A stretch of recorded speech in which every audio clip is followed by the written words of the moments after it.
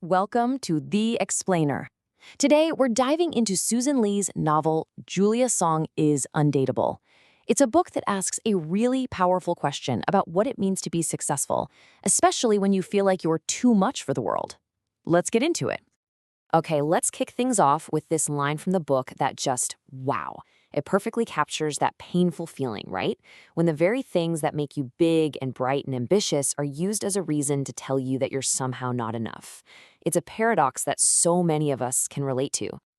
So first up, let's meet our so-called undateable CEO. Who is Julia Song, and what exactly is this world that's trying so hard to shrink her?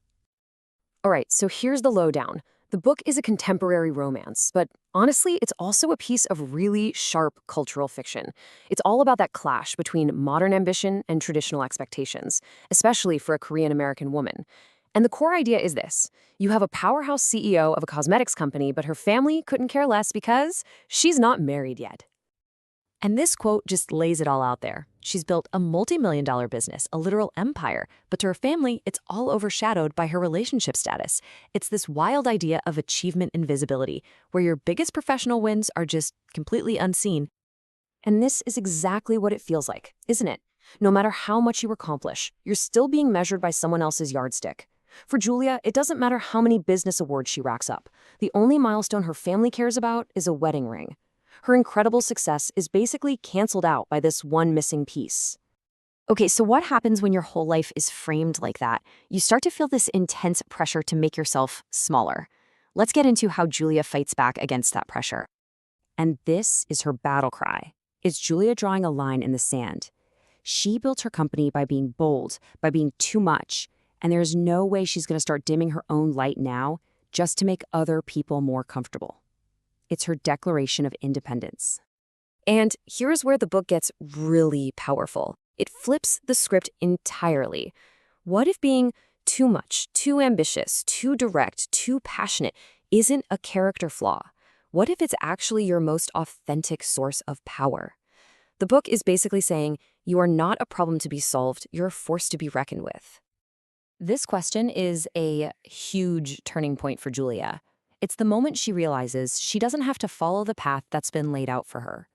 She can tear up those old scripts, the cultural rules, the family expectations, and start writing a story that's completely her own. This illustrates her journey perfectly.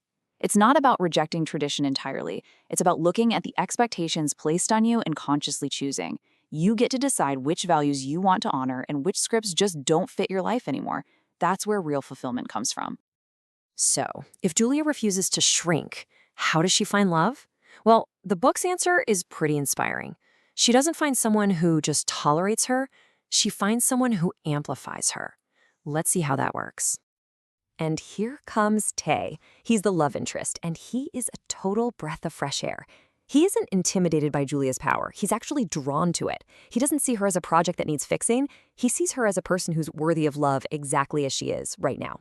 It's a partnership built on acceptance, not correction. And this is the fundamental shift. Forget about finding someone you have to tone yourself down for. The real goal is to find a partner who helps you expand, who loves your intensity. The right person isn't just okay with your fire, they're energized by it. This quote pretty much sums up the novel's entire philosophy on love. A true partnership isn't a zero-sum game. It's not about one person shrinking so the other one can shine. It's about two whole, powerful people coming together to create something even bigger and better. And here is the book's most important lesson on love, I think. If someone calls you undateable or says you're too much, that's not a judgment on your worth. It's just a failed compatibility test. Your authentic self isn't a flaw, it's a filter. And it is the single best tool you have for weeding out the wrong people and attracting the right one. Okay, time to land the plane. Let's get to our final verdict on the book and, more importantly, what you can take away from Julia's story. So, what did we think? The strengths are huge. The cultural representation feels incredibly real and authentic. Julia is such a compelling hero because she absolutely refuses to apologize for her ambition. We love that. On the flip side, the story does sometimes fall back on familiar romance tropes, the plot can be a little predictable, and we kind of wish the family drama got a bit more resolution. So, taking all of that into account, our final grade for Julia Song as Undateable is a very solid 7.8 out of 10. It's a meaningful, empowering book with a message that will absolutely stick with you. So, what's your homework? Here's a little action plan. Step 1, audit yourself. Make a list of all your too much qualities and reframe every single one as a strength. Step 2, filter. Use your true, authentic self as a compatibility test in all your relationships. And step 3, declare. Practice stating your needs and your boundaries clearly, confidently, and without apology.